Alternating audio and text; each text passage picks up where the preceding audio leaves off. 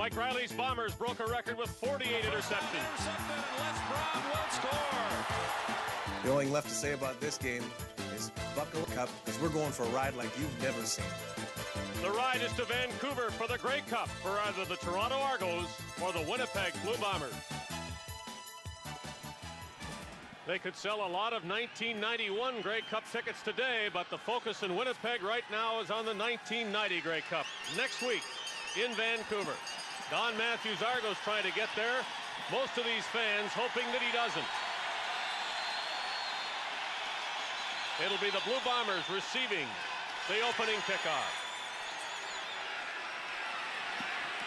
It is kicked deep to Ken Winey. And Winey will not get to the 20-yard line. Great downfield coverage for the Argos by Marcus Thomas. Tom Burgess, coming into this football game, has to remain patient. Even if things don't go well for him initially, I think the coaches also understand that. Unnecessary route. Toronto number 35. First down. Well, that spoils a great play by Marcus Thomas, who spilled Ken Winey inside the 20-yard line. And tempers, discipline, it's all part of a game between Toronto and Winnipeg.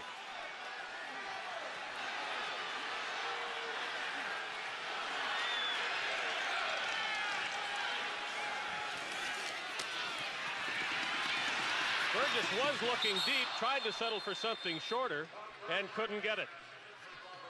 Well, here's the proof that this is a great day. Temperature is above zero, the sun is out, the field is dry, and there's always wind here in Winnipeg, but it could be worse. Watching the kickers before the game, they didn't seem to be bothered either punting or putting the ball down and kicking field goals, so I don't think it'll make much of a difference unless you've got it at your back at a crucial time. Just could have run, and maybe should have, given the result of the pass to Rick House, incomplete. Well, a rather inauspicious start for the Blue Bombers. The passes were there, they just weren't caught, and more than anything, it's just pre-game jitters, I think. And that's what I'm talking about, patience. The Bombers can't be put down emotionally by not having an early start. Every offensive team would like to get out and move the ball and score on the first drive, but if you don't do it, you certainly can't get a pressure from within saying, oh, you know, we didn't do it on our first drive. They can't let that happen to them, even if that goes on to the second quarter. Bob Cameron punts into the wind, but he knows it better than anybody, and it rarely affects him adversely. Cameron standing at his 20-yard line. Not much of a punt, and a good bounce to Clemens, who prefers to let it keep bouncing and try to draw the flag, which he does. So the Argos are going to be up around midfield when they get their hands on the ball for the first time. And the Winnipeg punt team is trying to diffuse some of that rush by the Argos. They're going to spread people out, and if you send people out wide, you've got to send somebody to cover them, and that will in effect slow down and maybe neutralize that good Toronto rush.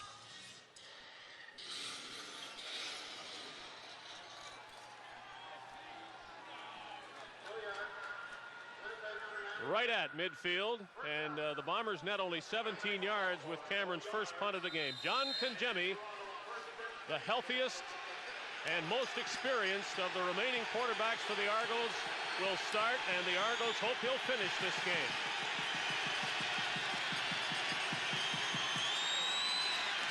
Clemens gets the ball right away. The Bombers do a pretty good job, and it's not very easy to tackle him as well as they did. Well, I think it's evident right away that you got to get the ball in Mike Clemens' hands as a running back. Now, it's fine to send him downfield as a receiver, but I feel he's more effective when he has the ball in his hands. He gets an opportunity to run and make people miss.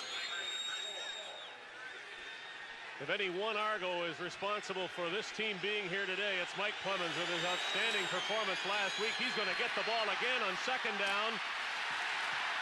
And he tries his best to make a first down, gets close to it, and the Bombers say they've got the football.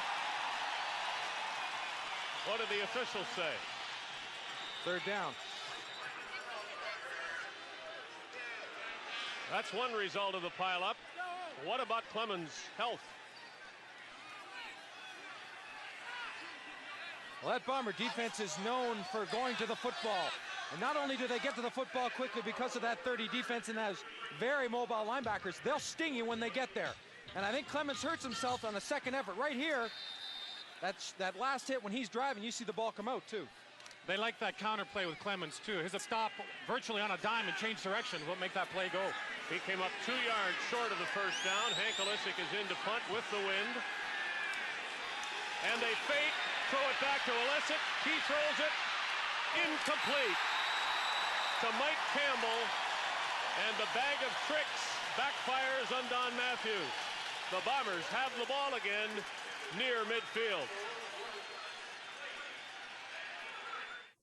Don Matthews doesn't practice those plays unless he intends to use them, and use them he has all season long. This one doesn't work. Robert Mims carries the ball for the first time, and the Bombers get a little closer to midfield. Winnipeg is very aware that Toronto has this bag of tricks, so they back off. You see the way they're set up? This first move, the snap to Nastasiak, is to try to get the defense to flow with the fake and then come back to the backside. Campbell caught one for a touchdown in Hamilton earlier on in the season, counting on that defensive flow to pull him away from the designated target. And they're counting on that fellow right there too. You hope he's all right, otherwise Toronto's going to be in trouble offensively, I think. 2nd and 5, Blue Bombers looking for their first down of the game. And a great catch will give it to them near the Argo 50-yard line. Rick House, who dropped one in the first series, makes sure of this one. Well, he's had that type of year. He's really been a clutch receiver. Again, coming into training camp, they weren't sure if even this guy was going to make the football team, but he responded as a veteran player does, using a little bit of guile and experience, and still has those great hands. Maybe slow down a little bit, doesn't matter. He makes up for it in other ways.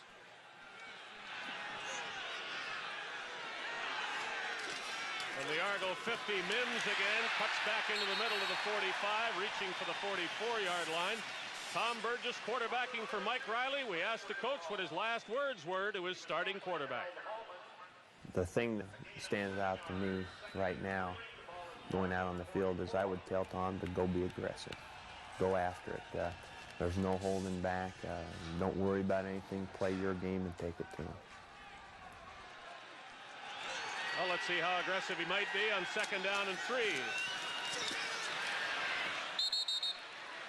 Looks as though they may come up a little bit short with Mims' 2nd down carry. It might require a measurement, and it might require a decision by Riley. Well, I think in keeping with the spirit of being aggressive, you've got to go for it in this situation.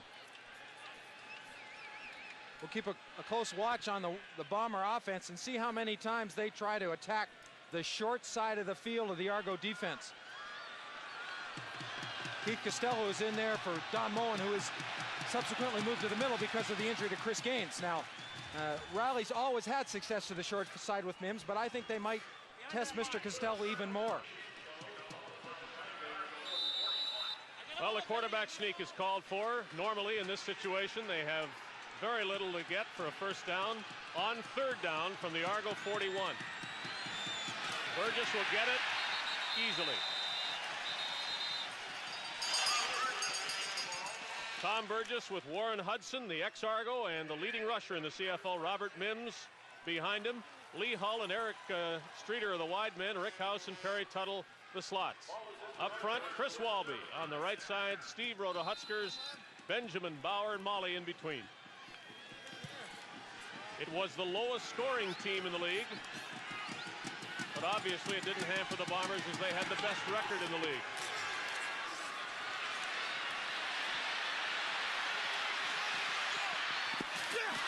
Burgess very nearly threw it away into the hands of Darryl Ford. Let's look at the Argo defense that lines up against Burgess. 4 imports up front: Browner, Harding, Hallman, and Quick Parker. Chris Gaines missing from the middle. Don Moen goes there, and Keith Costello replaces him. And there's the secondary: Dave Van Belleghem, along with Ed Berry, Wilson, Brazeley, and Pleasant. And Burgess took a little too much time deciding what to do here. Well, he's got a great block out front by Hudson, and he's got his guard pulled out, Benjamin, who didn't even have to block anybody. Downfield, no one's open. The Argo defense does a good job of snugging up on the receivers and not letting anyone come open. Straight down the middle, that's Tuttle for a first down.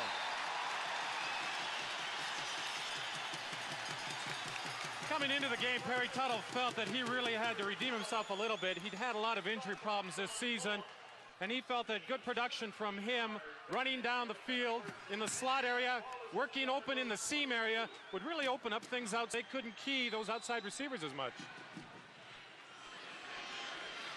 The Bombers with the first scoring opportunity of the game. First down from the Toronto 22.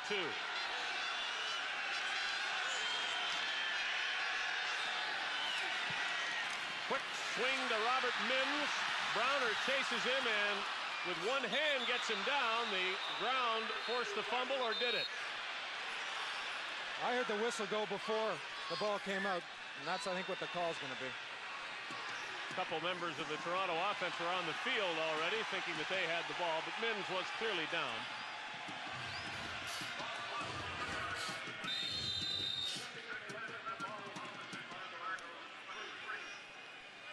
The Argos read that well, and a better pass from Burgess might have got Mims there quicker. He had to reach back for the pass. So they really lose a yard, and it's second down. We'll call it 11. Burgess to the sidelines, not good. House leaning and hoping to stay in bounds. That was a dangerous pass too. Well, Burgess is trying to get some motion. He sends Hudson to the wide side of the field, which in effect is sending three receivers out. Then he turns, and what he might call in the huddle is a throwback. We've talked about Keith Costello replacing Moen, who's moved into the middle. They will try to test him on different situations. Again, to the short side of the field. It wasn't a running play, but it was a pass. His coverage was good underneath, and it made it for a very difficult pass for Burgess. Last time out, Trevor Kennard in the final league game kicked 6 field goals. This is first try of this day from 30, and it's good. And the Bombers take the lead. Winnipeg 3, Toronto 0. You're watching Molson Canadian Football Network. A near sellout crowd at Winnipeg Stadium watches the Blue Bombers with 6 minutes to go in the opening quarter. Scrimmage the ball from their 21-yard line, trying to move down the field and build on a 3-0 lead. Trevor Kennard, a 30-yard field goal, opened the scoring. Mims dropped the handoff from Burgess. Costello has it for the Argos. First down, Toronto.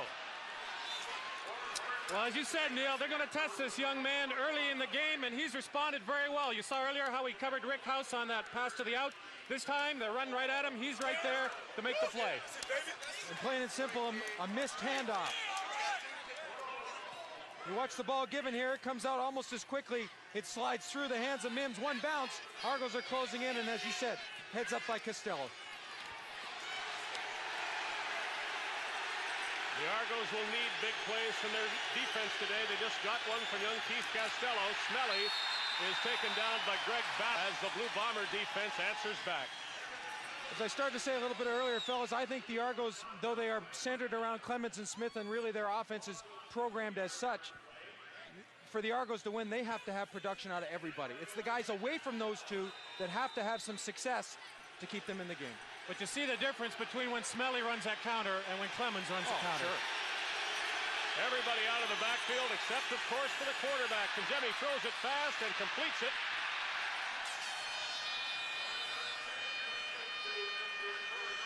Andrew Murray's first catch, but it's short of the first down. So the Bombers do their job. They make the Argos kick a field goal.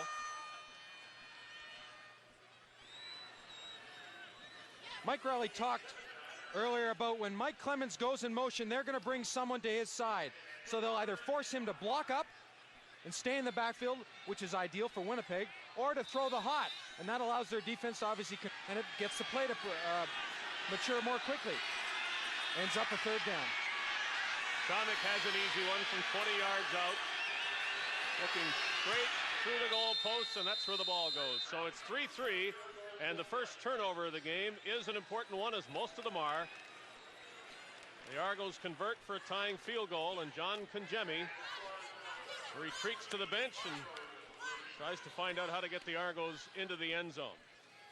This figures to be a low-scoring game. I think the Bombers don't score a lot of points, and the Argos, without their two top quarterbacks, can't figure to score a lot against the best defense in the league.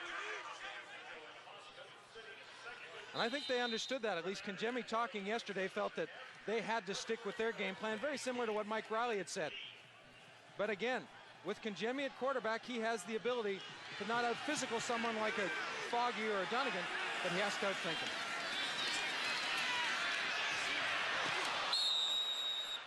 Burgess having a bit of trouble, if we can read the first quarter, with his passes. He really hasn't thrown to the outside very well at all. Well, he's certainly getting the protection and the time that he needs from his offensive line. It's just a matter of, hopefully for him, it's just a matter of time before it starts to click. And Harold Hallman and Rodney Harding, I think of those two big push guys for the Argos up front. If they're going to get pressure, it's got to come from those fellas right there. The best pass Burgess has thrown was right down the middle of Perry Tuttle. It got them to the Argo 22, their deepest penetration. Now they're at their own 50-yard line. Eric Streeter pulls one in. Again, a great job of protection, Nick. They're taking the defensive thrust, peeling them to the outside, and watch, Burgess will set up and then step up. No one in his face, no one within a yard, and he gets that opportunity, and his receivers now have a better opportunity down if they're close coverage to work and get open. Streeter was in the end zone 12 times.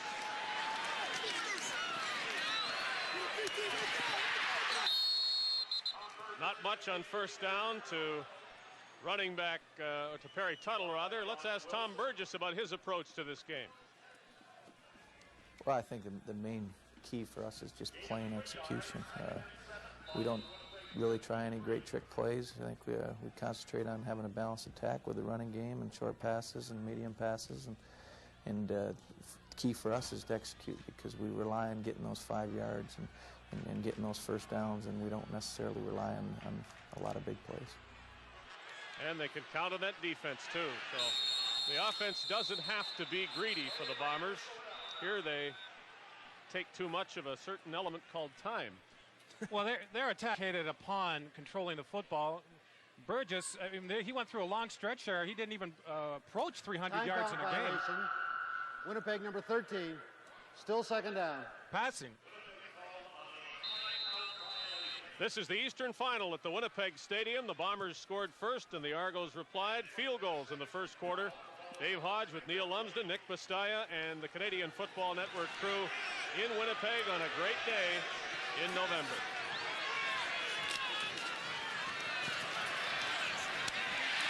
Reaching up is Lee Hull for the catch and a first down.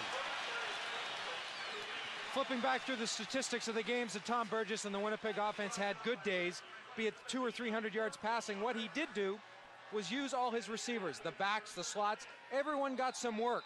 They were diversified, and I think when they can do that and go to Streeter and Hull, work the inside, have some fun with the backs, they're at their best.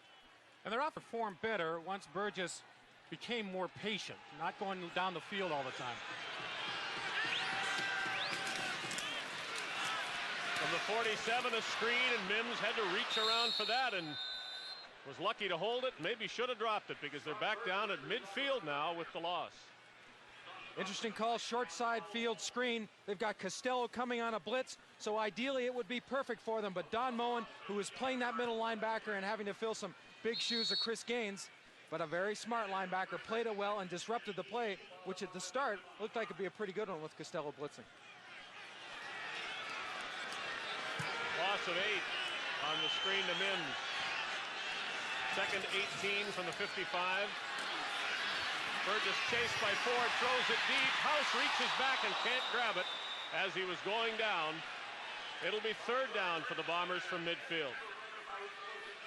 Well, the difficult thing when complete passes against the Toronto Argos is the fact they have two very experienced halfbacks, and you need experienced halfbacks in this league because so many teams like to run that wheel pattern, seam pattern with their slot backs, try to take advantage of the middle of the field, all that open area. Cameron's first punt didn't get up in the air. Maybe he didn't want it to with the wind blowing at about 20 kilometers an hour, but let's see what Cameron does now. Almost had it blocked, may have been partially blocked, but apparently not according to the official who throws a flag, as Cameron was hit and not the ball according to the official interpretation, and what kind of a penalty it is will determine who has the football. The Bombers will still have it, but will kick it away if it's only a 5-yard penalty. Well, one of the problems when you try to block a punt head on is that if you miss, you have to avoid the punter. That's why team rush from the side so that the blocker runs across the face of the kick. If he misses, he doesn't hit the kicker. Well, once you lay out for a ball, you're out of control, like you say.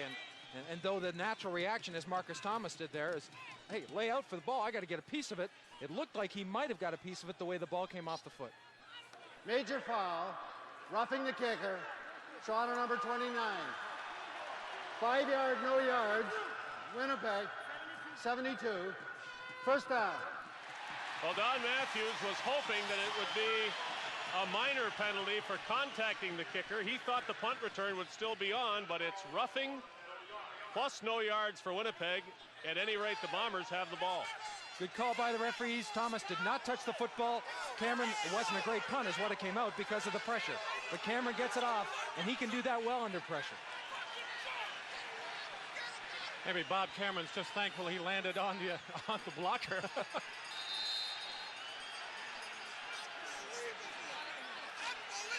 It was roughing, not contacting the kicker, so the Bombers have a first down at the 45 of the Argos.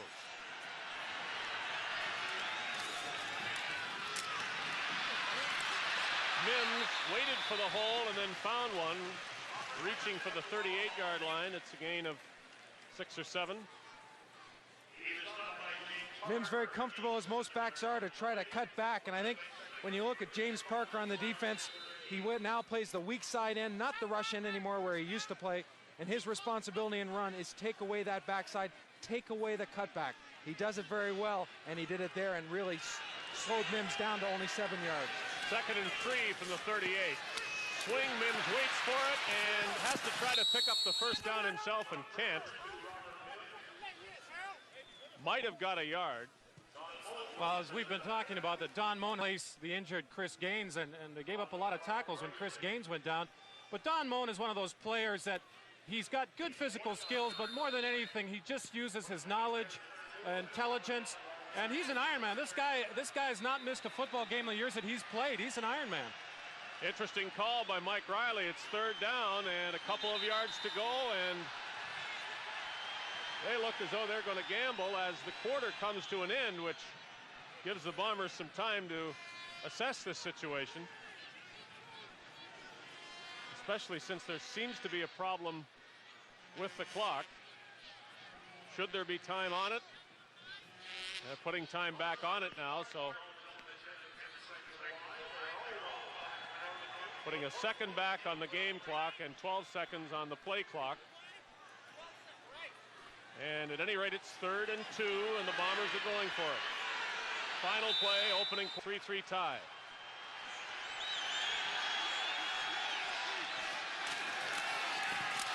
Warren Hudson is stopped short. He loses yardage, and the Argo defense comes up big yet again. The quarter ends 3-3. Field goals by Kennard and Chomik. The Bombers have just turned the ball over to the Argos on an unsuccessful 3rd down gamble. Conjemi fakes to Clemens, and the Bombers have to worry about number 31, and Kevin Smelly is in the open field through the 40-yard line. Big play for the Argos, the biggest offensive play of the game. Conjemi's play action pulls Tyrone's in, gets that defense going one way. See 35, he bites. By the time they react, they've got some offensive blocking power, and Smelly takes the fake and then filters his way through. Well, they were so concerned about that counterplay with Clemens that they all flew right over there, and that's what made the play work. 34 yards, a simple play, but a big play for the Argos. Good protection for Conjemi, and the catch is made, or is it? Is he out of bounds? They say no good. Falling out of bounds, Darrell Smith.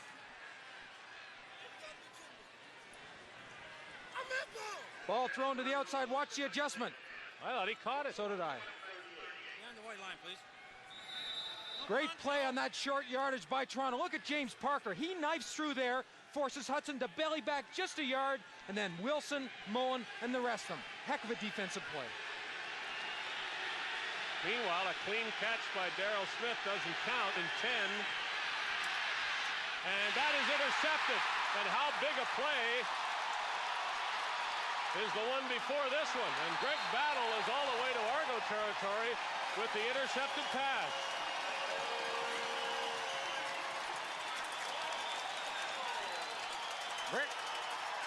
Greg Battle had 3 interceptions during the regular season. Now, the thing that makes Greg Battle so effective is that he is probably their best cover linebacker. He reads Kangemi, just drops back to his zone. Kangemi's looking past him down the field, and Battle just makes a very good athletic play. He really does. He moves with the quarterback. You saw a perfect picture of it there. Kangemi might have thrown the ball before he wanted to, feeling some pressure, yet there was nothing in his face. It was backside pressure. He should have waited a hair longer to let Battle move out of that zone area. The Argos' second turnover of the game. The Bombers with the ball in Toronto territory, but Burgess wanted to go long and then pulled it down and ran for a couple of yards. You know, I think the thing that really surprised the Argo coaching staff on the 4 games they played this year was the ability of the Bomber linebackers to cover Clemens and their receivers running down the field. They didn't think they could run with them. They could, and that was a bit of a surprise to the Argo coaching staff. Burgess gained 3. Second and 7. He flipped it to Mims, who used his blockers effectively for a first down to the 40. Great reading by the running back. Well, that shuttle pass can be very effective, but Dave, I think you hit it on the head when you said nice reading. He doesn't get the ball and explode. He gets the ball and is patient when he reads the block. Watch the nice cut he hits up, then watch him go to the left, right here off the block by Benjamin. That's just smart running. The only way he would make the first down, and that he did. To the 40, the Bombers moving the ball. Streeter needed a block, got 1, but not 2 as Don Wilson forced up and made the play. Once again, that experience at the halfback proves very valuable. 6 interceptions on the year for Don Wilson. He's a big, rangy inside halfback, about 6'2". He covers a lot of ground. He has long arms. You ask Rick House, he said, that guy gives me more trouble than any other defensive back in the league. Second and 10 as Streeter is to Burgess's right. Lee Hull flank wide to the left. Burgess looking for Streeter. Flag down, and Streeter can't get to the ball. What's the penalty? Way upfield, about the 25-yard line. Almost seemed like it was contact with Streeter and number 13, Ed Barry.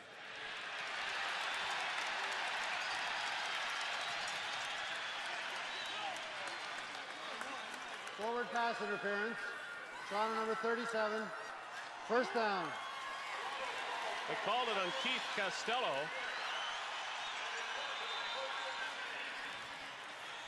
Well, Burgess, to begin with, does a pretty good job of stepping up and getting rid of the ball. A shot right there by Ford. But I guess 37 right there on House as he's trying to cross the middle. Costello in his face, not letting him go across the middle. He gets flagged.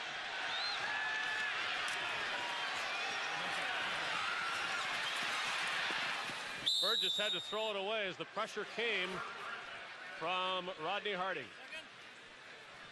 Well, once again, they're trying to work on Costello there. You see Costello dropped off to pick up Robert Mims running out into the flat, so that if Burgess keeps the ball and turns it upfield, now Costello has to drop off and come up on Burgess. And of course, if Costello doesn't come up, then Burgess has got all day to throw the ball. It puts him in a bit of a dilemma, but he's playing a good football game, I think. And it would put any linebacker in a dilemma. It's just not the fact that it's Costello.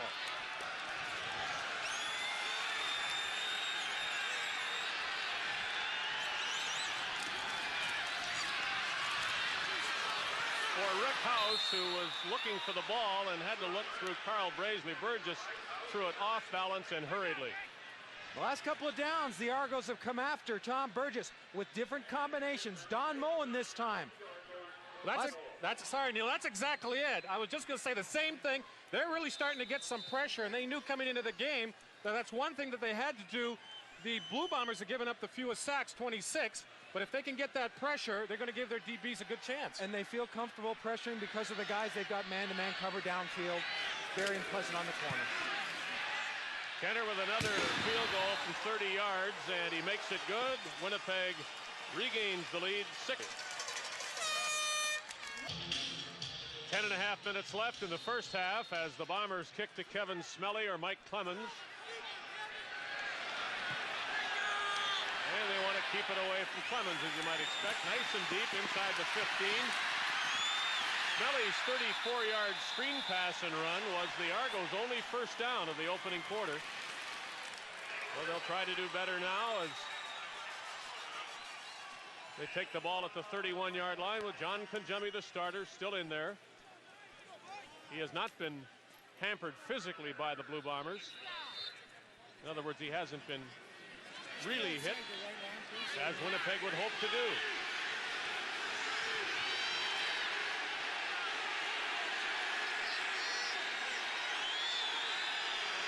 Bombers show a blitz and back off.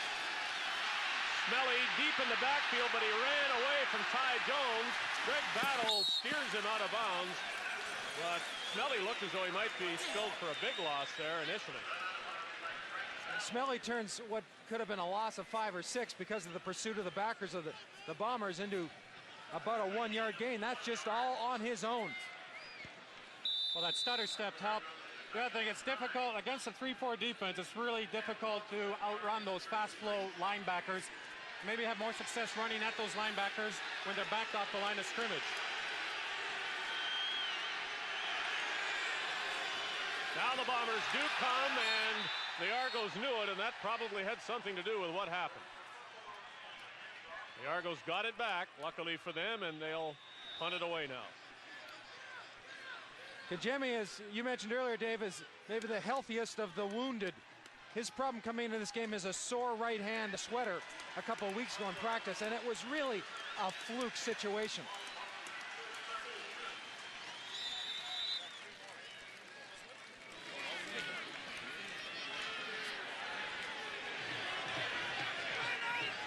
Lissick into the wind. The Bomber punt returners are looking into the sun. So the elements may have a part to play in this one. You see Lee Hull, he had to wait for it, didn't want to catch it in the air. Streeter does some nice things with it, gets it almost to midfield. Well, he's down in the field before the game, and I'll tell you what, that sun can play an important part.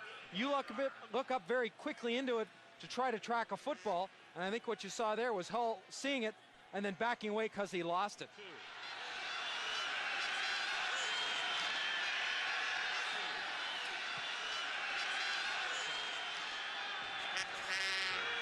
Field position.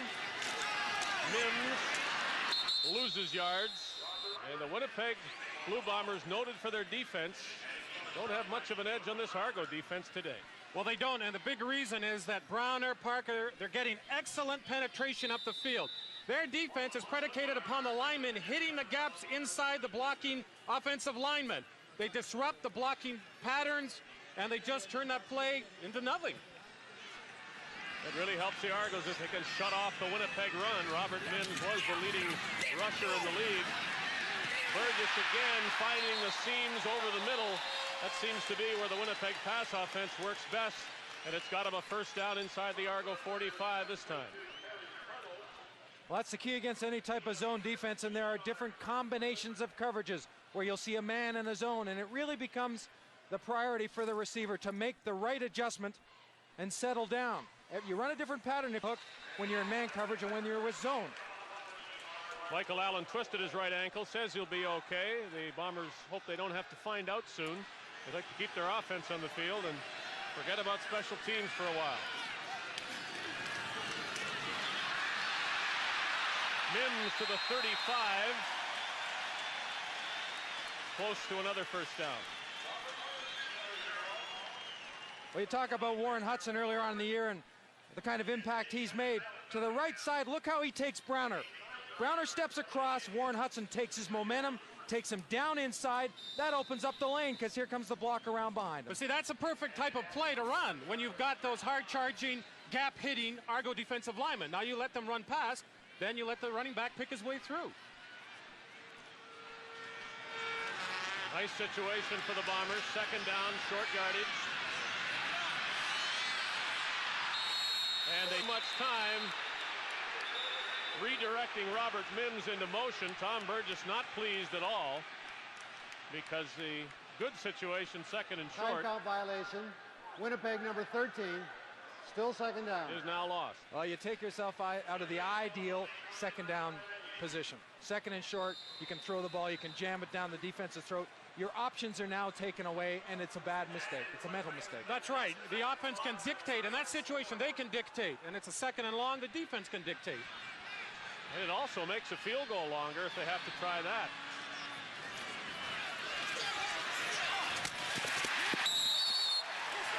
Looks like a first down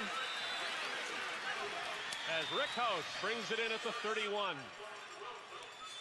I can remember coaches saying it's just like playing catch.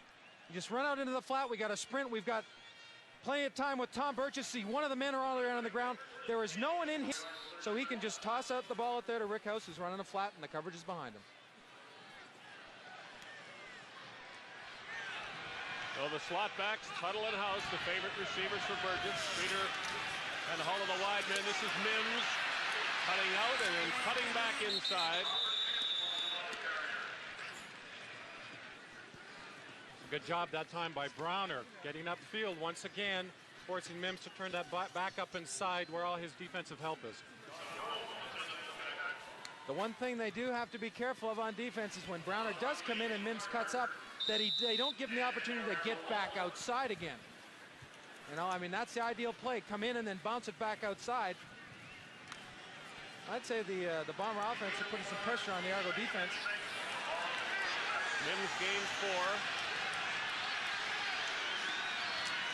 On second and 6, Burgess cocks and throws it deep. Streeter rounds, trying to come back in, which wouldn't have made the catch good even had he made it. So Tom Burgess picking himself up. Now, here we're having a little bit of problem protecting him because the Argos are sending a linebacker, holding him in the pocket. He was in trouble. Now, this series, what they're doing is they're running to a zone sprint-out type of pass protection, and he does barely get enough time to get the ball up, but they don't want him taking those kind of hits. It brings a big toll over the course of a game. Eric Streeter's just not getting any room up the sidelines from Ed Berry, who's doing a great job covering the Bombers' wide receiver. Kennard with his 3rd field goal try. This one 34 yards, and again it's good. He has made 3 in a row from 30, 31, and 34 yards. Molson and CFN are proud to bring you the best of Canadian football. And it's been that way much of this first half. Time of possession clearly favoring the home team and the team that leads by 6 points with just under 3 minutes to go in the second quarter.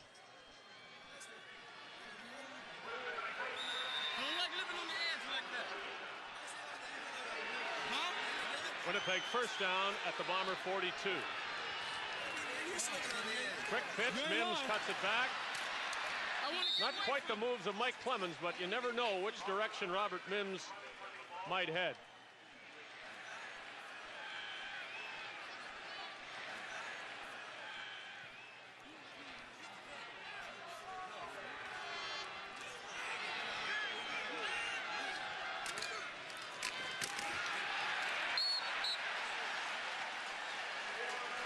Warren Hudson, as the Bombers change it up a bit, carries and makes the first down. This time he tried down in his other carry and didn't make it.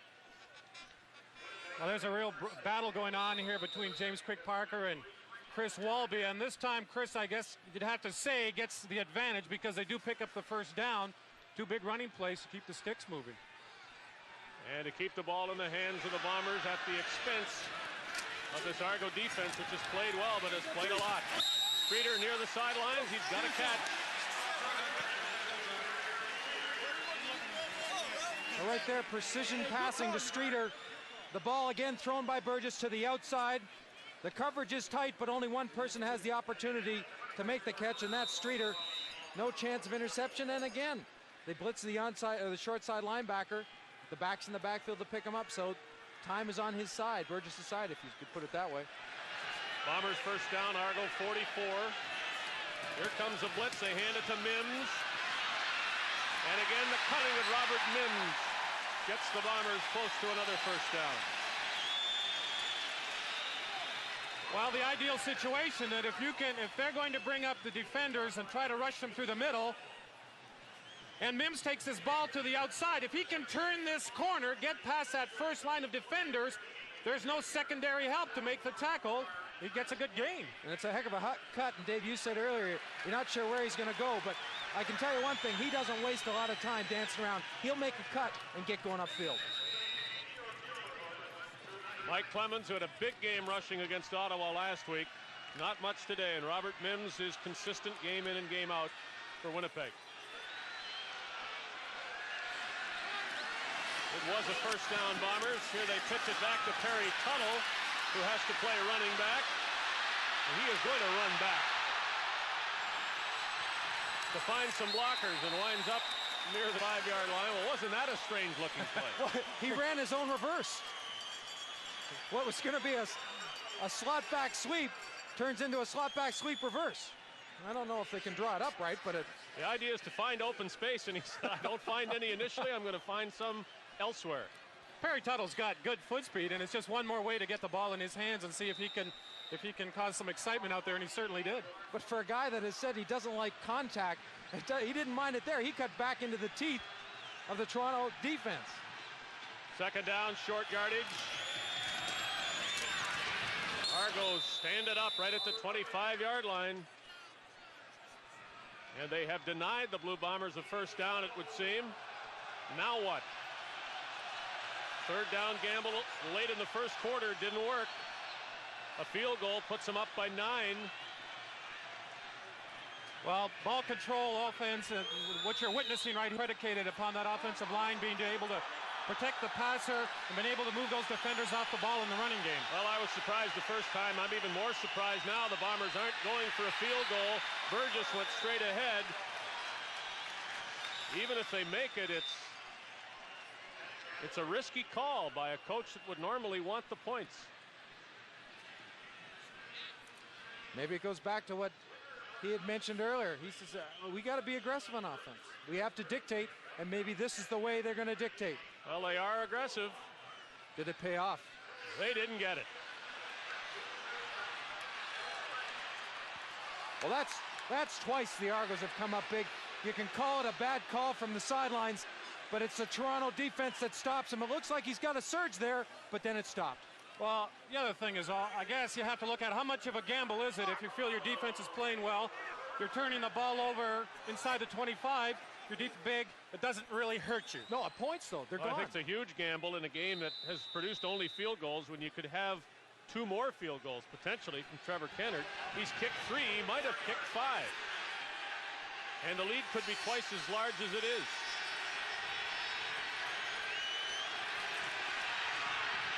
Conjemi throws it deep and too far for Paul Mazzotti.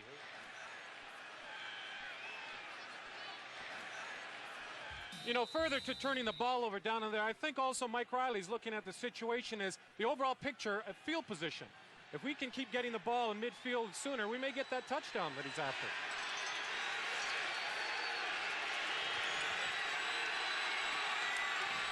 Conjemi with good time to throw it and a receiver wide open. Jeff Boyd, and they start to look to the wide men now. I'll go back to what I said earlier. I think they're going to have success on offense. A big part of it will be Smith and Clemens, but they've got to get Mazzotti, Boyd, and Murray. They've got to get them downfield and creating first downs also. Final minute of the first half. The Argos hurrying up, not that they wouldn't anyway, with 48 seconds left.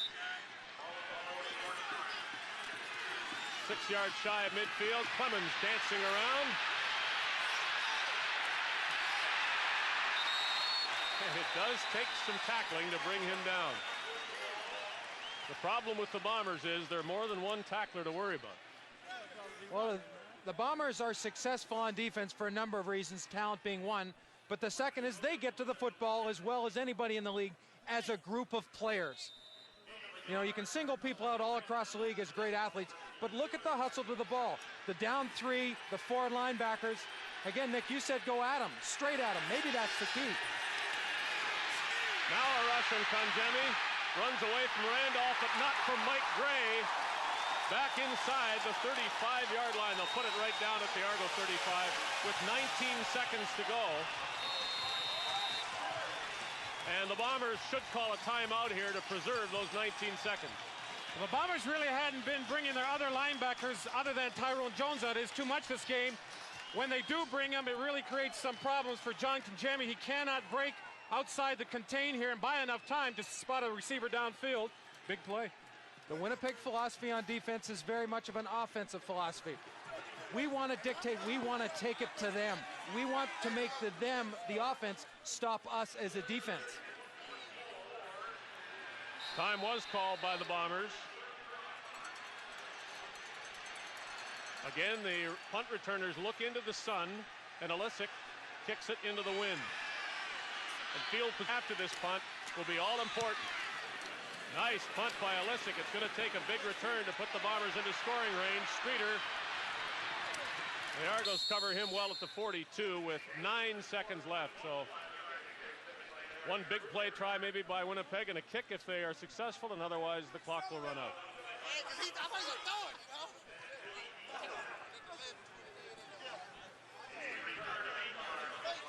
Well, it seemed to be the classic matchup. The #1 offense in the CFL, short a couple of quarterbacks, mind you, against the #1 defense. Many people will tell you that the defense wins football games, especially big games like this. Well, we'll see which one proves out. Burgess needs a lot of yards here if it's to mean anything. House doesn't have quite enough to try a field goal, I don't think, with 2 seconds left. They're at the 51-yard line of the Argos. I personally think the Argo defense has really done a good job of controlling the Blue Bombers. It's like you said, Neil, on the other side of the ball, they've got to generate something. Well, the Bombers have been great in between the 30-yard lines, but once they get close in the plus territory, as we can see Kennard coming on with a wind-assisted kick here. They're saying blow, wind, blow, because it might be the only way that he can make this. It's going to be a 58-yard field goal attempt on the final play of the first half.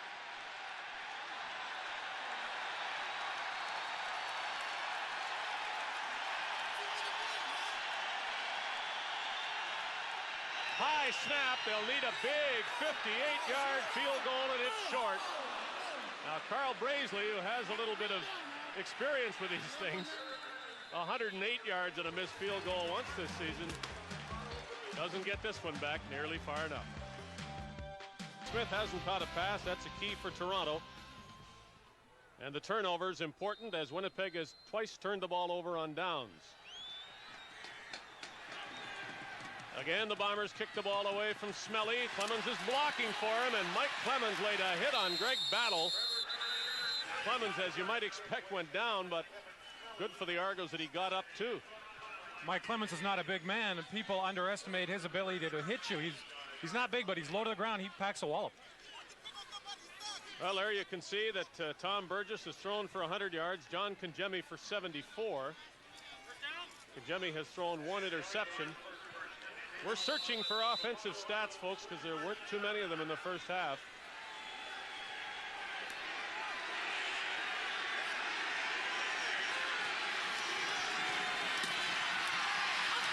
Clemens, and it's tough sledding as he gets past the 40 to the 41. Well, the Argos felt going into the game once again they had to establish a rush. The other thing is you don't know, is the Bomber defense making them conservative, or is this their game plan throughout the game? Now, the second half, I expect them to try to open it up a little bit more. Once again, they're a big play offense. There's a clear advantage for the Bombers, and if the Argos don't get Clemens to provide some yardage, either running or receiving or returning punts, it's going to be tough for the Argos to score. Mike Clemens has been held in check today in all ways by the Bombers. Andrew Murray was shaken up in the first down play for the Argos. He goes out. Paul Nastasiuk takes his place on second down from the 41. 2nd and 7, and there are flags. As soon as the ball is snapped, I thought maybe a time count violation, the way the flags came out quickly, and they came out all over the field. But they allowed the play to continue, so that wasn't it.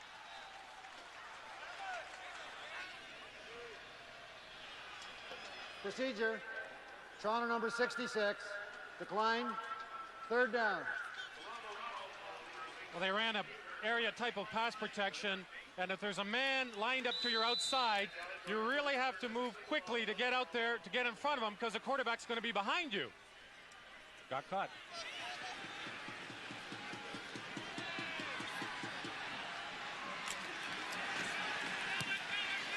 Line drive punt by Alisic.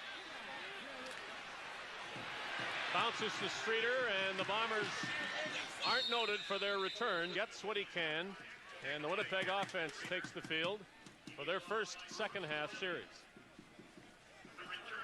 Guys, before Mike Riley and I were talking, and he said, you know, we control the football, but he feels that his team is still a little tight, that they're not performing up to their ability, and that was one of their concerns. They changed their preparation in the last couple of weeks, tried to make last week very much like any other week of preparation. It should be no different, but he said, and that was one of his concerns, that we don't come out and we don't play tight.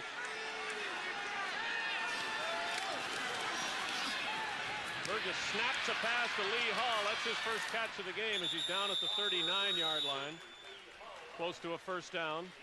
That pass had more authority than anything Burgess has thrown to the outside. Well, that's part of being aggressive.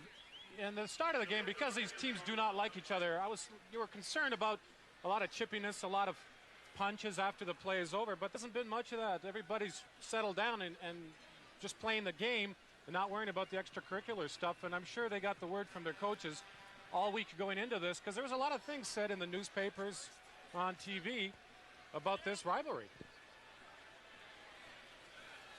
And some people will complain about all the talk, but it sold a few tickets, I think. Well, that's in effect, that's what it's all about. The players should ignore it.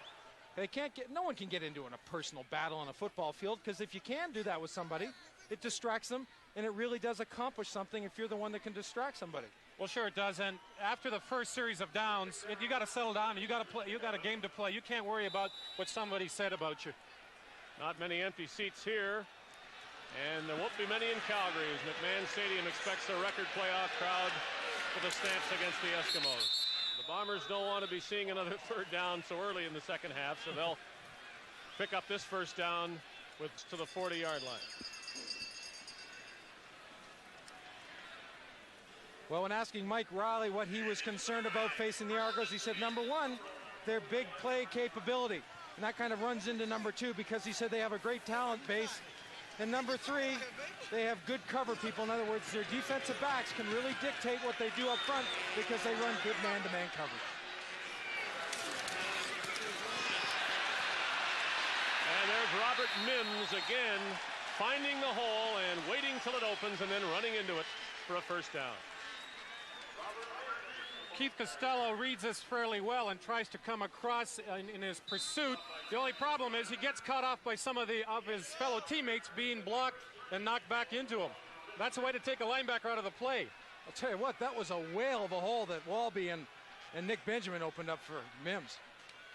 First down from the 50. They keep it going with Robert Mims. They up to him quickly this time and hold the gain to 3 or 4.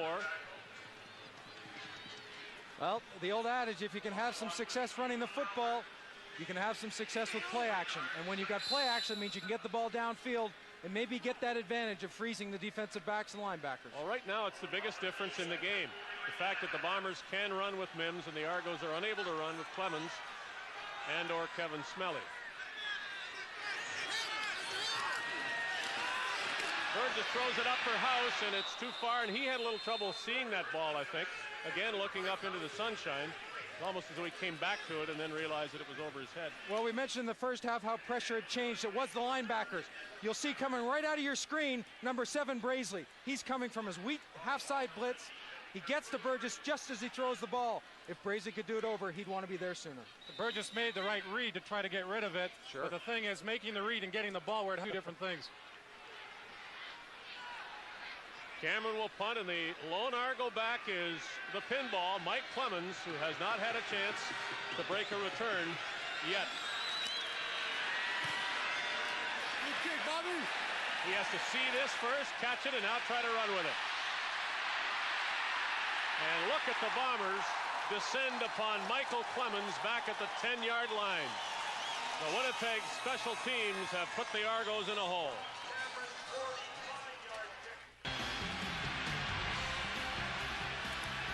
After the Clemens punt return, Kangemi tries to strike to Darrell Smith. There are flags right on the goal line.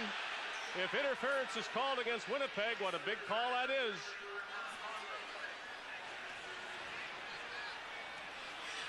And what a big play Clemens made. Tell you, all day long. Winnipeg number 30. All day long, the Bombers have been going right at Clemens, and when they run away from him, big things happen. Here's the pass interference call. We see Rod Hill sinking back. Sampson had him turn to the outside, be it Smith. They just go up for it, and with that push as he went across the goal line, I think that's what the flag was thrown for. 3 cracks from a yard out. Conjemi as the flag goes down. Right on the goal line, and if the Argos go into the lead here, we'll think back to those 2 third-down gambles that misfired for Winnipeg.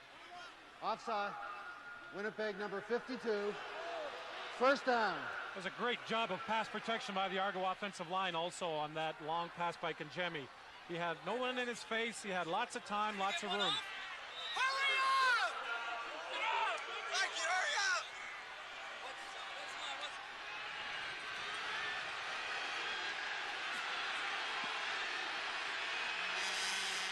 One more time, Conjemi is in. This time it looks like. No, maybe not.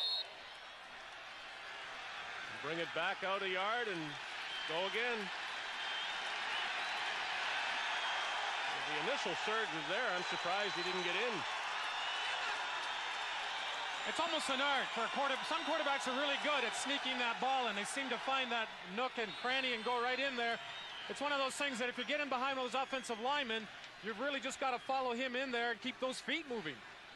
Well, there's some slugging going on down the goal line.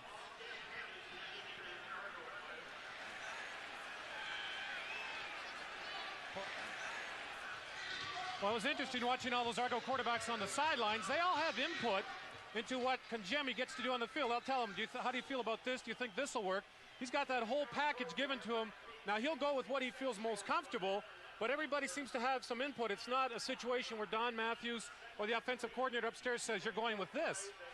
I think they also have to be careful in a situation like that when there are so many people around you saying, well, you could do this. No, well, why don't you try this?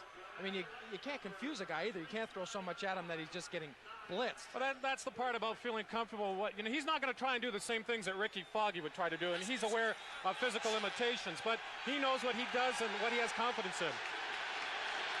Second down. Everybody flanked. If it's a run, it's Conjemi. And he's in. The Argos have tied it, and a convert will put them into the lead. Well, with Bob Skemp going out in that injury, Blaine Schmidt came in at the right guard position, but this time Conjemi, a definite step to his left, almost back a little bit to let that surge to the left side, Ferroni, Schultz, and Beckstead. And you saw the difference between the one before that and that one. There was definitely a better surge by the offensive line and some area for Conjemi just to fall in. A guy like Chris Schultz at 6'8", he just extends his body, push the guy back. He got lots of room. The Bombers jumped offside. Chomik makes the convert, and the Argos lead 10-9, and either one of 2 field goals the Bombers didn't want to try in the first half could have kept Winnipeg in the lead, but instead it's the Argos in front by a point. Offside. Winnipeg number 15. Convert is good. 5 yards will be applied on the kickoff. You talk about getting a running start. The ball, Clements is waving everybody off. The ball just goes up, and away you go. It's like having a 40-yard dash, but having a head start. And the part that really helped that, did he get a perfect bounce on that ball or what? Boy, well, just one bounce and he's gone. But it doesn't have to go very high. And again, right now, I think they've got the Bombers reeling a little bit, and how you can tell that is just that 3 plays in a row, they're getting penalties, and they're losing their poise a little bit. Well, Mike Riley said patience. Both coaches and players on both sides of the field have said you can't let the little things turn into big things because it's a playoff game. Well, 5 yards on a kickoff when they're kicking off with the wind means you're starting from your goal line. And Haley is dumped before he gets to the 20. With Alyssa kicking off 5 yards or not, you might be catching the ball around your goal line. That's a definite advantage for the Argos. Pushes the whole return back another 10 yards, and it sets Tom Burgess up decent vision, but not to maybe what he's been used to by the 30 or 35. Well, let's see if they get their momentum back now, because it's definitely shifted. Well, sure it has. The Bombers haven't trailed in this game until now. They only trailed by a point, mind you.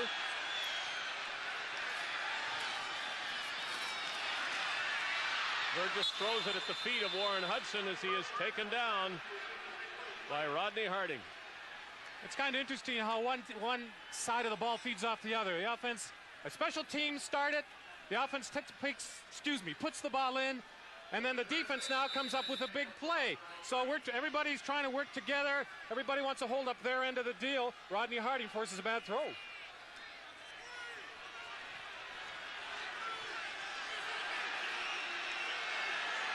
Second and 10, the Bombers at their 19-yard line. Burgess, and it's a big catch. Very important that the Bombers make a first down. Lee Hull gets them up the field and keeps the ball in the hands of the Winnipeg offense. Well, a big play by both players concerned, Burgess and the receiving end Hull. Watch how Burgess looks to his right, he looks far left, pulls down and has to find another receiver. Maybe his third read, but he has the time and just enough room to step up, jump up, and toss the ball to Hull. Brazeley was right on him as Hull went up for the ball. Mims dancing and moving near the 45. Gain of 6 if they put the ball there.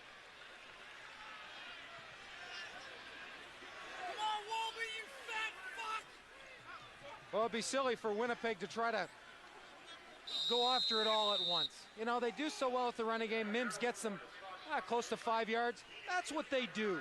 That's how they put their drives together. You can't get it all back in one play, nor should you try. Second and about 4.5 yards to go to the sidelines, and nobody knew it was coming. At least Rick House didn't.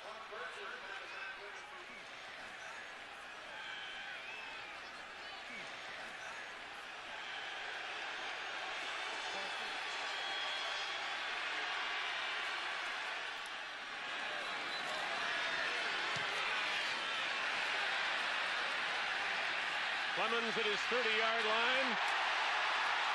The fans want a flag down, but they don't get it. This is the CFL East Final, late third quarter. The Argos have just taken the lead, much to the chagrin of the fans at Winnipeg Stadium. This is the Canadian Football Network. Dave Hodge with Neil Lumsden and Nick Bastaya. The game before the big one. The Grey Cup next week in Vancouver, and the first combatant will be determined today by the winner. The Argos now playing with a lead on offense from their 43-yard line.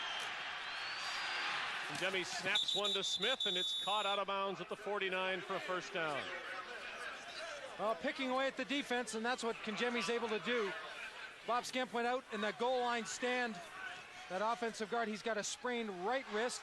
Again, Blaine Schmidt, number 54, is taking his spot along the offensive line. Not a first down by Smith. It is a gain of 6 yards. Second and 4 from the 49. Kangemi had it picked off almost by Rod Hill, who knew it was coming and almost grabbed it. Well, you kind of anticipated this might be happening sooner or later because Rod Hill's a good man-to-man cover guy.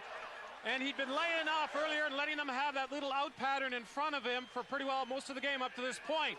And then at some point, when he reads the quarterback way, he's going to try and get a jump on the ball and get a quick touchdown.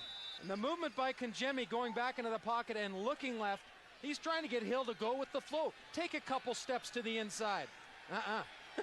No biting on that hook.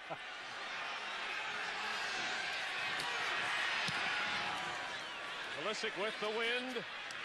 Streeter on the run. He stops himself and comes back. And he's down at the 26-yard line. With the score, the Argos 10 and the Bombers 9. Let's pause 10 seconds for stations from coast to coast to identify themselves. You're watching Molson Canadian Football Network. We'll have the wind in the fourth quarter. So a first down in this situation could help them even more than those 10 yards might indicate. Burgess, and he's rattled back there. He's going to, if he's not careful, throw a pass that he shouldn't throw. That one could have been dangerous. He's being rattled by just the front four, too. I mean, we've talked about the different pressures that Burgess has had to face, be it short side blitz from the halfback, combination of linebackers, but it's the front four, particularly Rodney Harding. And Winnipeg is, or was, the best pass protection team in the league, allowing only 26 quarterback sacks during the regular season. Brazeley all over the back of Perry Tuttle, and that will bring a flag. The Argos don't realize it yet.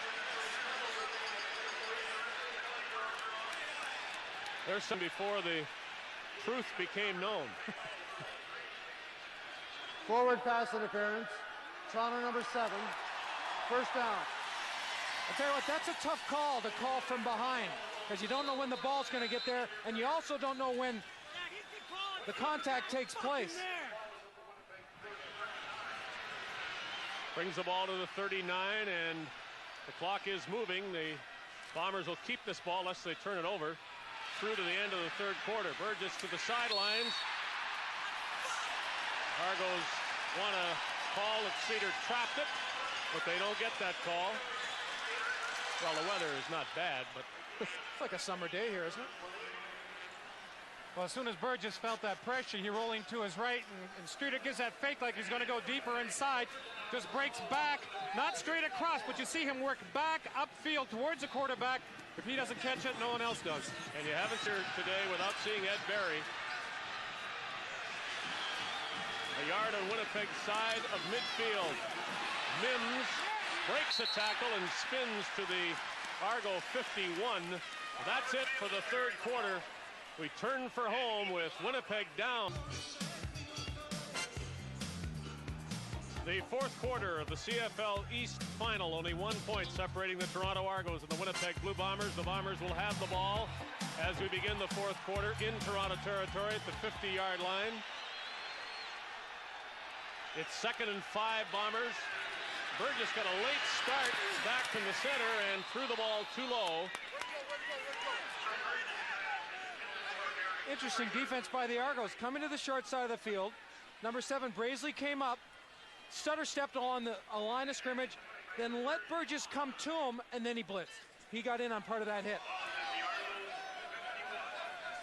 Ooh, and a pretty good part of the hit, too.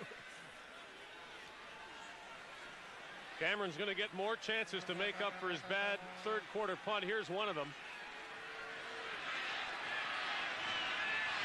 He'd like the Argos as deep as possible. He'd also take the point if he could boom a big one.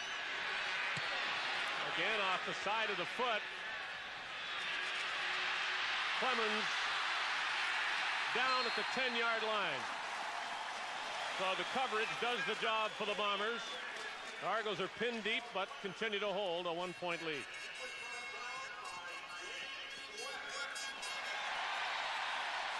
This rivalry has been built since Winnipeg moved to the east, and they've played a couple of Eastern finals, and each has won at the other's field. I don't know if that trend is going to continue in 1990, but right now that's the case. And this is Tom Porras quarterbacking the Argos, and not John Conjemi. Porras from the Argos 10 to Smelly. A yard maybe. Well, we get no word. Injury to Conjemi. But we'll certainly check that out. You'd think that there would have to be something wrong with him to make this change. It sure looks like he's hurt. Well, I remember I told you he came into the game with a sore right hand. Once again, it's that right hand that's giving him problems.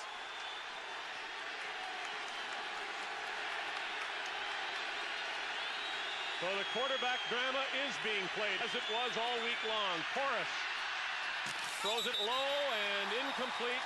The coverage by Les Brown and Andrew Murray help, and the Argos must punt from deep in their zone into the wind. Well, Porras was clapping his hands there after he threw that pass. He knew that one was on him.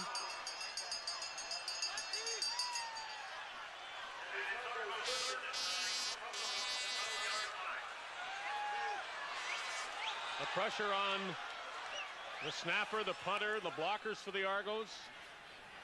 Bombers a great punt blocking team. Elisic in his end zone. Snaps, fine end over end ball. High bounce. The Argos stay off it. And Lee Hull will get near the 35. They'll put it down to about the 36. Great field position for Winnipeg. Molson and the Canadian Football Network are proud to bring you the best of the CFL. The line of scrimmage is the 37-yard line of the Argos. Winnipeg first down The Bombers trailing by a point with just under 13 minutes to go in the fourth quarter. Mims to the 30-yard line. Inside the 30, ball came loose. The Bombers have the ball. You can see it. The ice pack on Kangemi's right hand. Rather pensive Rod Hill. He probably didn't like the way he was treated on that punt rush there. One way to stop a premier blocker is to just manhandle him, throw him down. Treat him with no respect. Mims' fumble cost the Bombers a couple of yards. They're back at the 31 for second down and 4.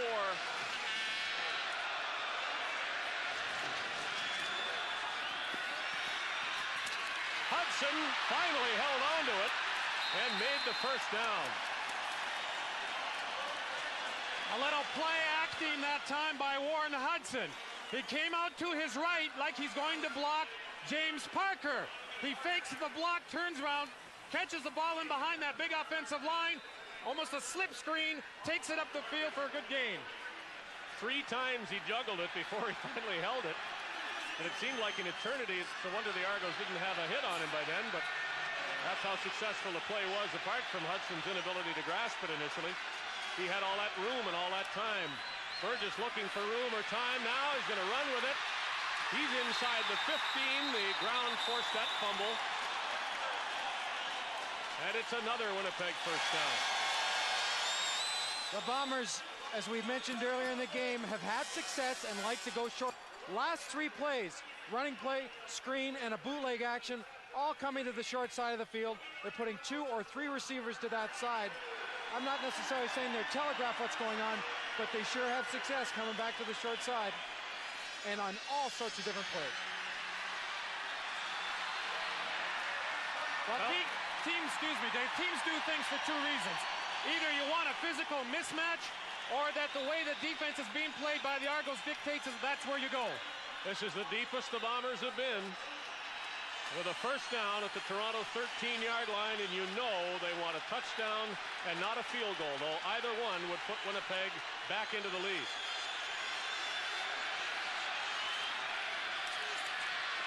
Burgess deep to the end zone, wide open for the touchdown, Perry Tuttle.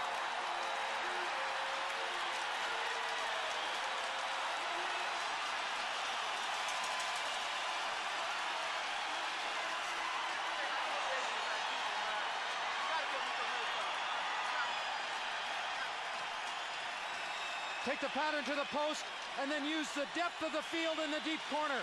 Burgess looks off quickly. The post move and back to the corner has already been made. Just throw it to the open area. Now they're going for 2.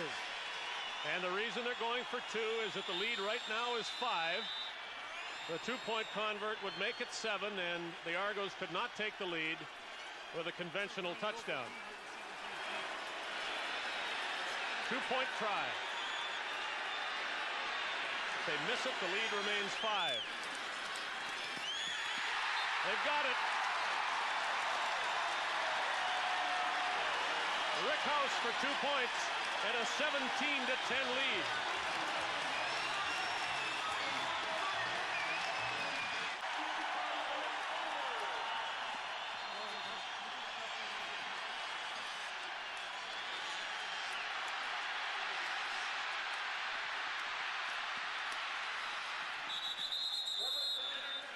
Kevin Smelly has run back the Winnipeg kickoff to the Argo 42-yard line.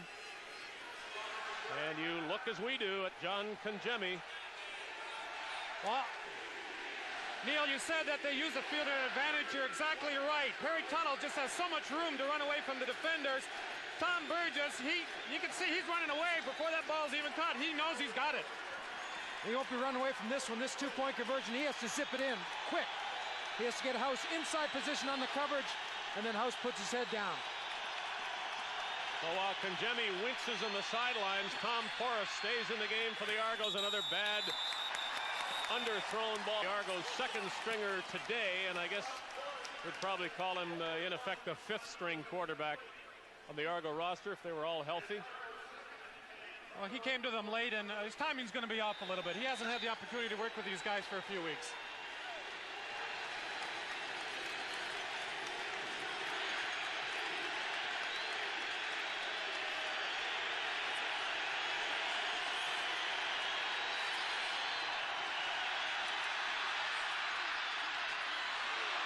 Big catch as Porras strikes there.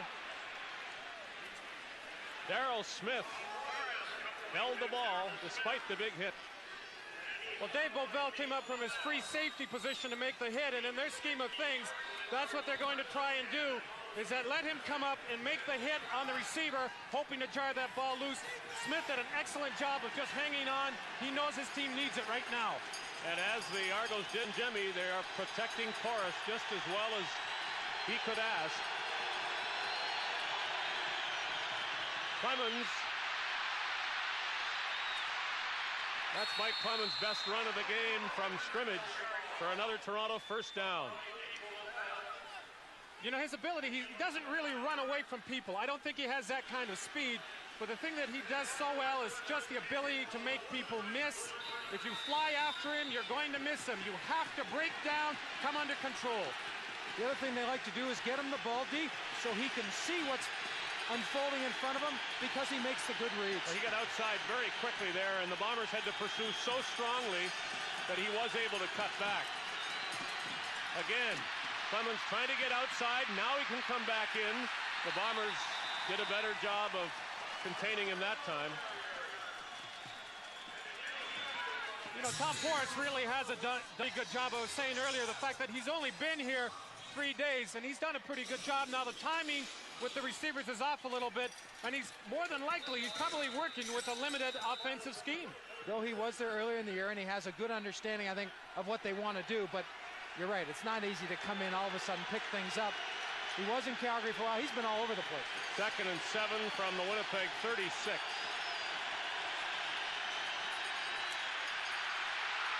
One fake downfield for Smith. He's got it at the 5 at the 3-yard line.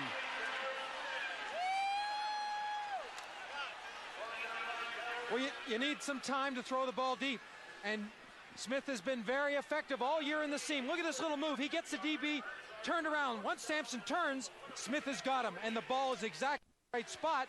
And with that time to throw, Mike Clemens stays in on Tyrone Jones. This isn't easy, is it? No, it isn't, and the thing that was so effective, he used square, he had his head in Tyrone Jones's numbers and ran with him. Excellent job. Well, the Argos haven't needed any strange bounces or penalty flags to go down the field quickly this time. Now can they get in the end zone? Porras on a roll. Fires it over the head of Smith. There are flags in the end zone away from the play.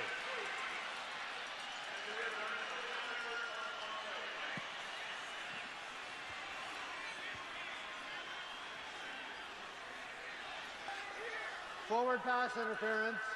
Winnipeg number 30. First down. Darryl Sampson playing to the wide side of the field. That halfback, he's working on Smith right there. Almost ripped the number 1 right off him. Actually, earlier in the game, Darryl Sampson got away with one of those. This time he got caught in a very critical situation. Well, it wasn't away from the play, was it? From the 1-yard line, he's flanked. Porras dives. Not in. It'll be 2nd down. Argos have showed great tenacity. You're talking about really a patchwork, a makeshift type of situation. The quarterback that hasn't been there that long, they've just come right back down, and after being scored on, have done an excellent job. That's a tribute to the coaching staff. Mike Clemens is coming out of the game. Nastasiuk replaces him. Porras straight ahead for the touchdown. And a convert will tie it with 6:22 remaining. We saw John Kangemi do the same thing at the other end of the field. Quarterback sneak. And again over the left side behind Beckstead, Ferroni, and Schultz. Watch the step. You don't need much, do you? Especially when they're lined up a yard off the ball. People think most of the time that should be automatic. Porras holds for Chomik. And Chomik puts it through, and now the importance of Winnipeg's 2-point convert. The game tied. Hank Olisic's 56-yard punt might have been the biggest play of the game. Had Lee Hull not bailed out Eric Streeter, it's still an important play based on field position. Now the Bombers have to work for better field position, and drop is Burgess's pass by Robert Mims, who was alone at the yard line. Burgess put the ball exactly where he had to, down the seam in between two linebackers. Well, he stepped up when he felt that pressure. It took an arm around the neck. And the linebackers, the Argos actually did it. You see, Don Moe may have distracted Mims long enough that he wasn't keeping his eye on the ball and dropped it. 2:44 to go, and we have to start thinking about the possibility of overtime.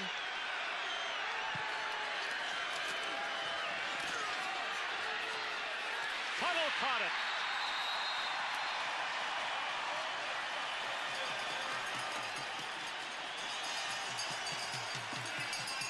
Great touch on the football by Burgess. He's going to throw this ball in the flat area behind the drop of the linebackers and in front of the deep man. Look at this. Perfect. Pretty close. Barry Tuttle, 6 points that Darryl Smith would love to have. Argo territory, Bombers first down, Mims. Maybe his best run for what he had to do to get that first down. I'll tell you what makes this play go is the blocking of Warren Hudson. Just does an outstanding job of coming up on the line of scrimmage and taking Browner out of the play. Watch how long he holds his block. Watch how long he keeps him out of there and ends up getting thrown to the ground in frustration by Browner. That made the play go right there. And the clock goes down toward the 2-minute mark as Winnipeg is a first down, Argo 41-yard line. Why change now? They give it, though, to Hudson and not Mims, but they do keep it on the ground to the 40-yard line. Exactly 2 minutes on the clock. And all that comes into my mind right now is, what do you do? Next week, are you going to Vancouver or are you ready for training camp? I mean, it's that simple. Well, like you said, David, it's gut check time. That's all it is. And 2 here, minutes and everything on the line. This may be the play of the game right now. The field goal is by no means certain if they have to kick it from 47 yards out. Even if they don't get the first down here, they want to get closer for Trevor Kennard. Burgess should run. There's a flag deep for Tuttle. And the ball hits the upright, but holding, and that's the last thing the Bombers wanted, because that will take them out of field goal range.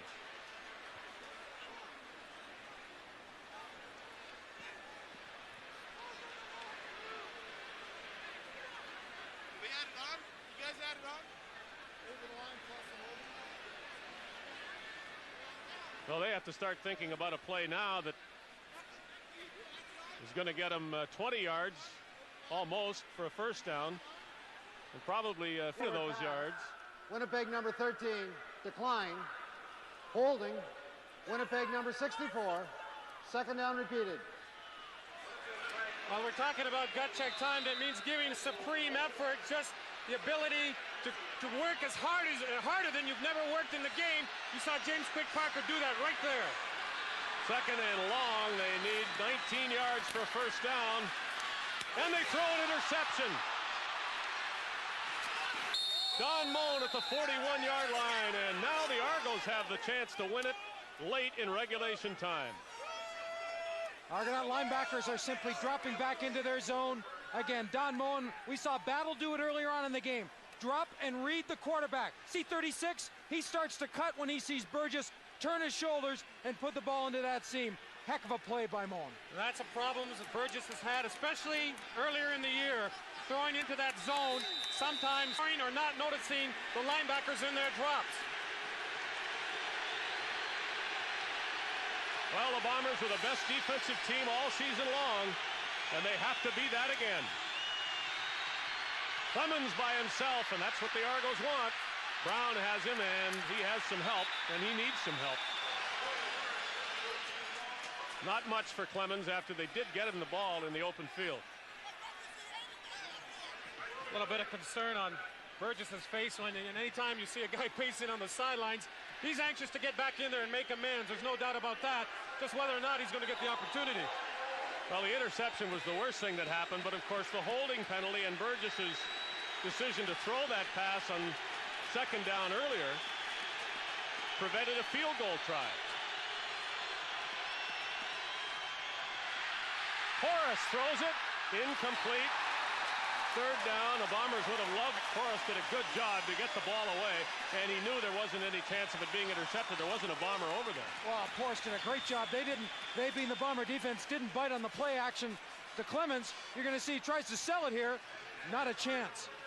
Michael Gray's in there, and you're right. Does a good job of just getting it away. It's a huge play by him because he harassed him enough that that ball was not quite as accurate as he wanted. Because as Dave said, that was nobody over there to defend that. Had he completed it, it would have been a great play. Now Olesic had one big punt earlier, 56 yards the last time he kicked it. He'd love to do it again, and that's pretty good too. Out of the sun this time, Streeter broke a couple of tackles and went to the 36-yard line. So the Bombers on their last series started from the 38 and were in a position to try a field goal until penalties took them out of it. 50 seconds left to get back there again. Tom Burgess, another Katnick, you said earlier, he's pacing. He wants an opportunity to make up for his mistake. Well, he's got 50 seconds to make up for it. Well, I'll tell you what has to be somewhere in his mind, maybe right at the front of it, is the last pass he threw. He does that again, and it's clearly the biggest play of the game. 50 seconds to go. He hands the ball to Robert Mims. Flags are down, though.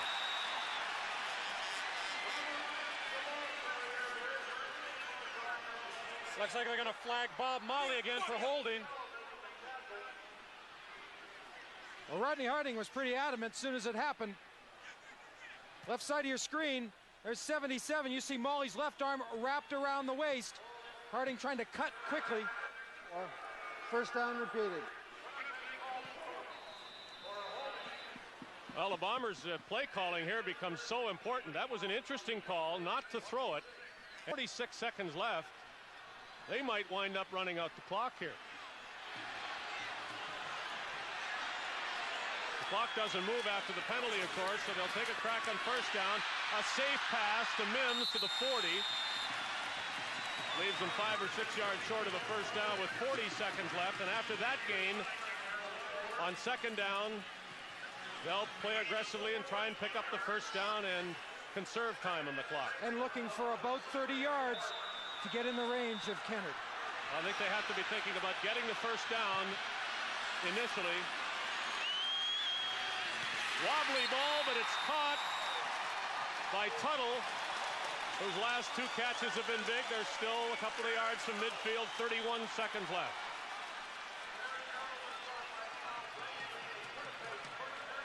If you wondered that interception by Burgess was going to bother him, I don't see him hesitating one bit when he's to throw the ball.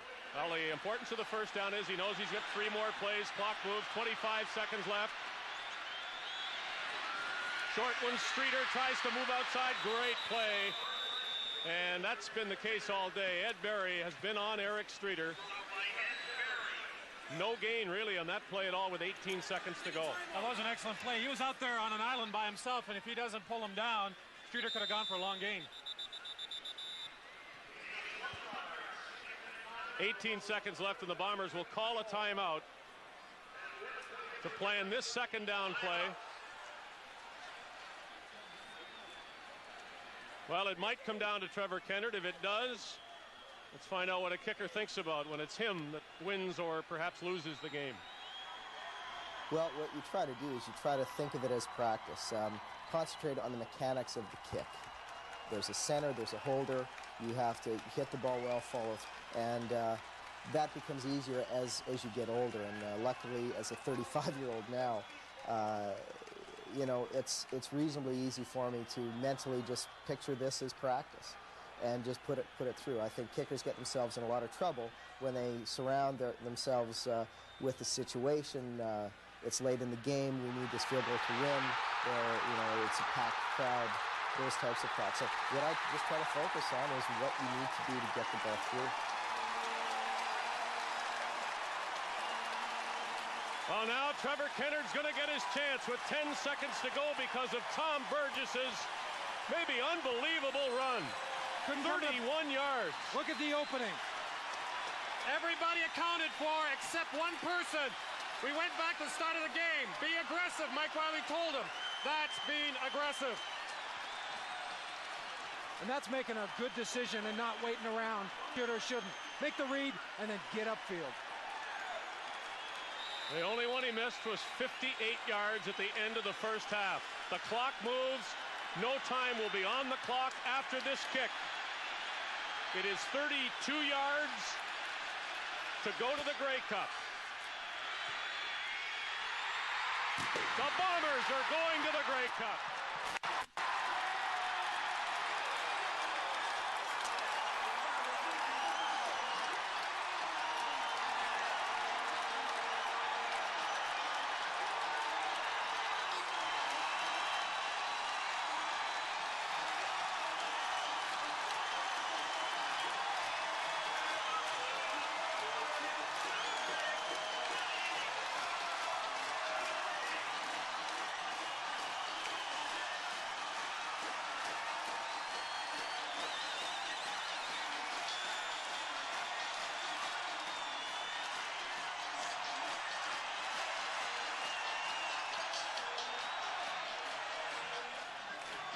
The Bombers represent the East.